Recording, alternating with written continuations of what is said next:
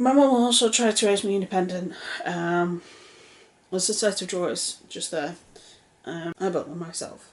When I first got this bed and the second time when we moved the bed over here, I put this bed together. A lot of projects I've put together, and I'm quite proud of that. I've decorated rooms on my own before, obviously before my trigger event, but my mum tried to raise me independent, strong, and as a good woman. She raised me to have my opinions, stand for what I believe. If I'm in the right, don't bite down. Don't let anybody to say that I'm in the wrong, type of thing, and I love her for that. People ask me and say to me, well, why can't you just forgive him? And the answer is I'm not ready. I don't think I ever will be. It's, like I say, there was warning signs before that last straw that he was a liar, but I sort of pushed them off because I didn't want to believe that he was a liar. And then eventually, this one incident literally made that my ignoring that he was a liar blow up in my face. And it hurt to come to the realisation that the man who I thought was the best father in the world wasn't. Out of the four of us, me, my brother, my stepbrother, my stepsister, I think I've had the one with the most ambition and the most drive.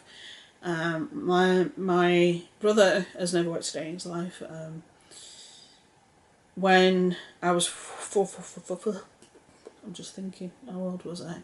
I was 14. I think I was 14. I was either 14 or 15. I'm just thinking. No, I was. I don't know. I can't think. Let's have a look. I can figure this out because my niece through my brother is 18. Just one sec. The only reason why I know that is because somebody she went to school with was my surrogate niece for a while. So, calculator. Right, so I am currently 35. 17. When I was 17, my brother had a child by another person. This was obviously a couple of years after he got kicked out. I think I was about 14, 15 when he got kicked out. Then he pretty much latched on to her. The woman who was the mother of the child left him with the child. He was raised the child since. Me and my mum have a speculation about something to do with the child, but I'm not going to get into that. But there's a few things about that don't make sense. And he's never worked a day in his life. My niece, when she was an infant, she was literally shoved in front of a TV where my brother would be playing computer games. I still don't think he's worked a day in his life. My mum does see him occasionally, and he's bigger than me, which is surprising because I'm size 22. This is, like I said before, this isn't the heaviest I've been, but I'm size 22, and he's a lot bigger than me. And I said, well, there's a possibility that he's got the same thing I have. And my mum says, yeah, but he won't listen to me. So I might have to speak to one of my cousins and get them to talk to him, because I don't want to talk to him. But there's, like I said, there's some things that I'm not going into, because it's not the type of information that I want out on the internet. I'm giving you the information I feel safe giving out. So my brother's never worked a day in his life. My stepbrother has. However, he's been in prison.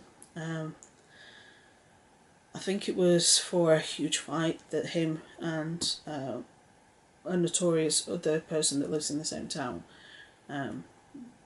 both this particular person isn't a very nice person. the person that he went to jail with, to prison with, and it's a bit worrying. My stepsister, she couldn't look after her first child because her first child had issues. So Stephen and my stepmother had custody of the child. Recently they've had to put her into a home that's better suited for her, with people that are trained to deal with her better, for a few reasons I'm going to get into in a minute.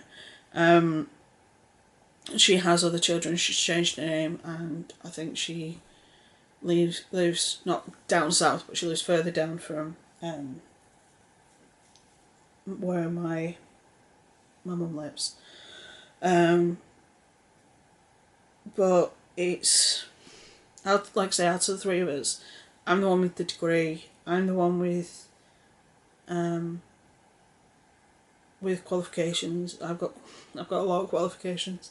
I have books on sale and things like that. He's never once even tried to contact me at all. There's a handful of people that are on my Facebook that are also on his, and he could easily just say on his Facebook, "Can somebody get someone to speak to me?" And they would then get in touch with me. But I do not see why he can't make the first step. Yeah, I'll probably tell him to get lost, but he's the type of person that he expects everybody to go to him, which to me isn't genuine. It isn't the way you should be. You should be communicating with your child. The way he communicates doesn't make any sense. But again, that's just my take on all this. Like I said, they're blocked on my main Facebook account, but they're not blocked on my backup, and nobody's contacted me on that. Like I say, he's not tried to contact me through the handful of people that are on his Facebook that are on mine. So now, a lot of people will be saying, "Yeah, but why are you doing this now?" And there's a handful of reasons. Number one, I wanted to get it out there. I wanted to get it off my chest. If this video probably will go up, but it probably won't go up for an indefinite amount of time. It all depends on the backlash. Hopefully I don't get any, hopefully you won't see it. We'll just wait and see. But I need to talk this out. I need to get this off my chest. I need to get this out of my head. It's something I need to do. I need to feel like I'm not going out of my head.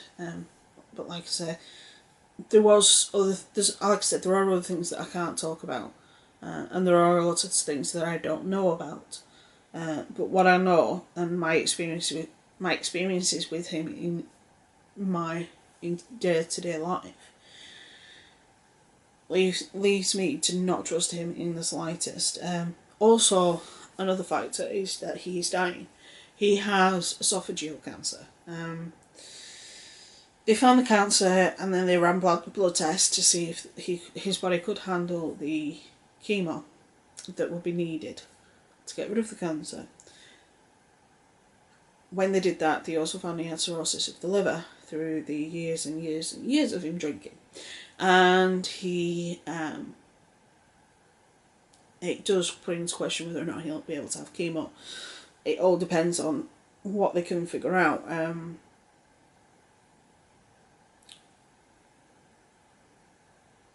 If they do manage to get rid of the cancer, fine. There was an incident some time ago where he nearly died, and my mum told me. I said, "Did he die?" She said, "No." So alright, I'll just carry on with my day. I know that sounds heartless, but the amount of times that he lied to me and I just ignored it until this last time, and I was like, no, I'm not ignoring it anymore. I can't. I need to do something about this. After which, obviously, I felt better, but it's still one of those things that you're just like, why does this guy have to be such a douche?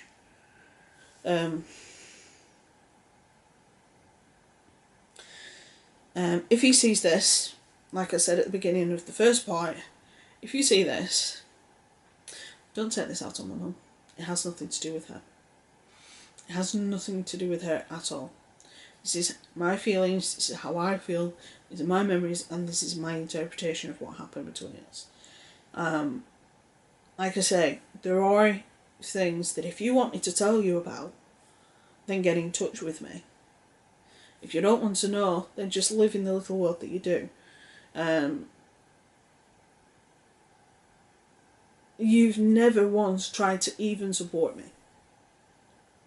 Not once. You never ever was honest or truthful or humane with me. The way you used to speak to me, it was like I was a burden. I was just this little child that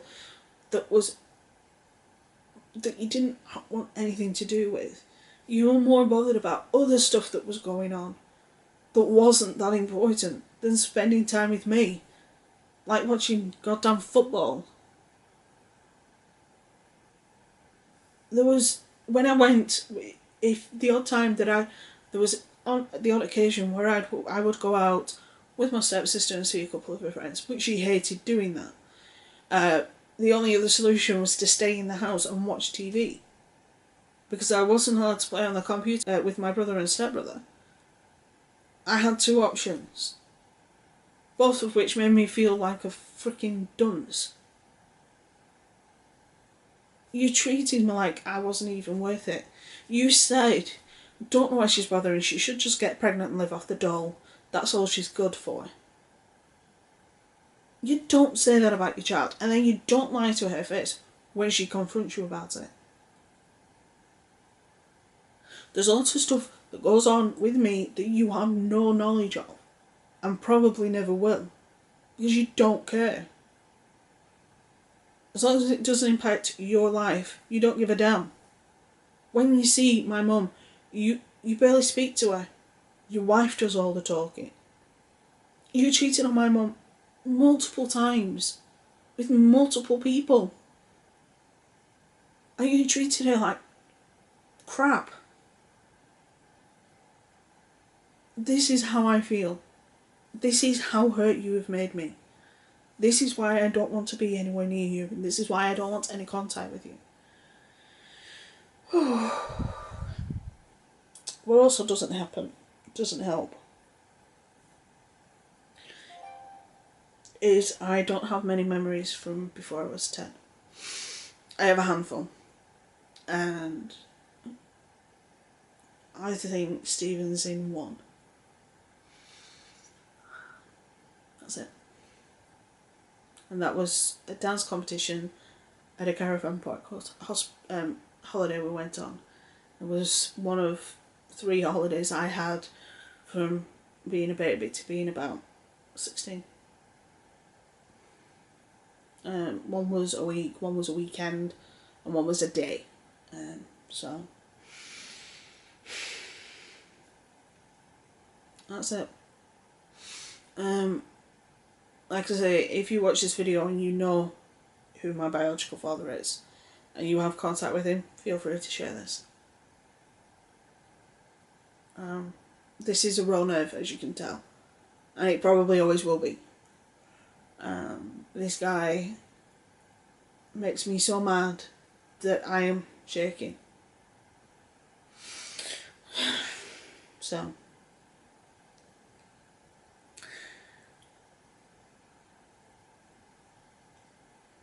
hopefully this will help somebody else.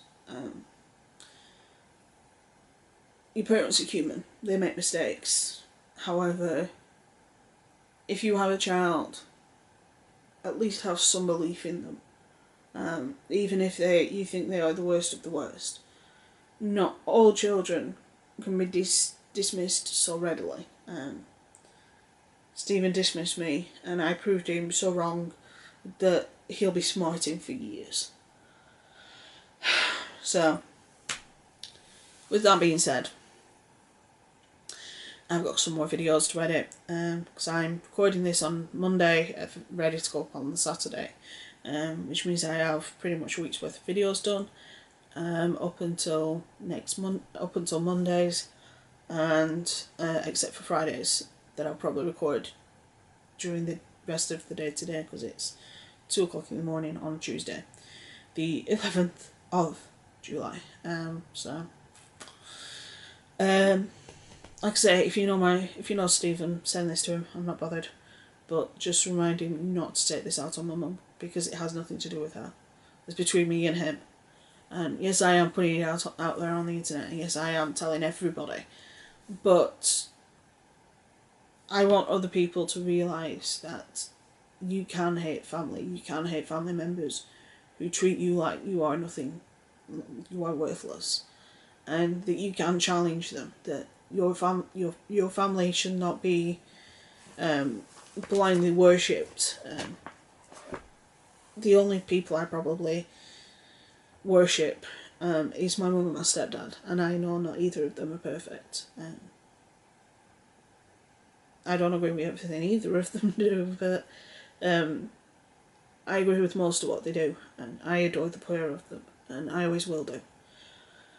I was lucky to have the stepfather I did, and I am lucky to have the father-in-law that I do, and I have a few men in my life that are fathers, that are great with their children, especially my brother-in-law, and seeing that makes me realise how much he screwed up,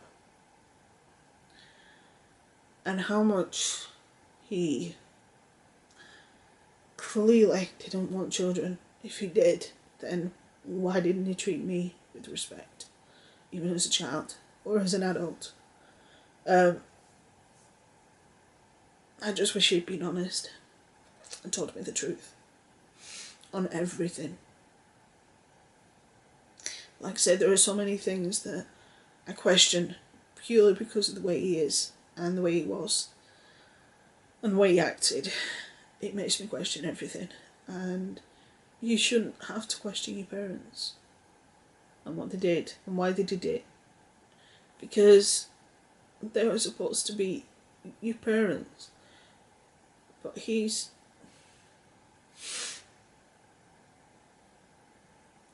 hurts. It really does. I didn't think I was going to get emotional, but never mind. So, with that being said, stay safe, have fun, be good, and I will see you tomorrow for an interesting Murder Case Monday. And let's just say it's a bit of a spin on the Amityville case. So, I will see you tomorrow. And if you have parents that you love, tell them. Tell them that you're glad that they are your parents and that you don't have crap parents.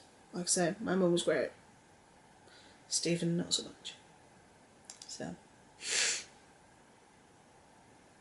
okay, I'm gonna stop now. See you later.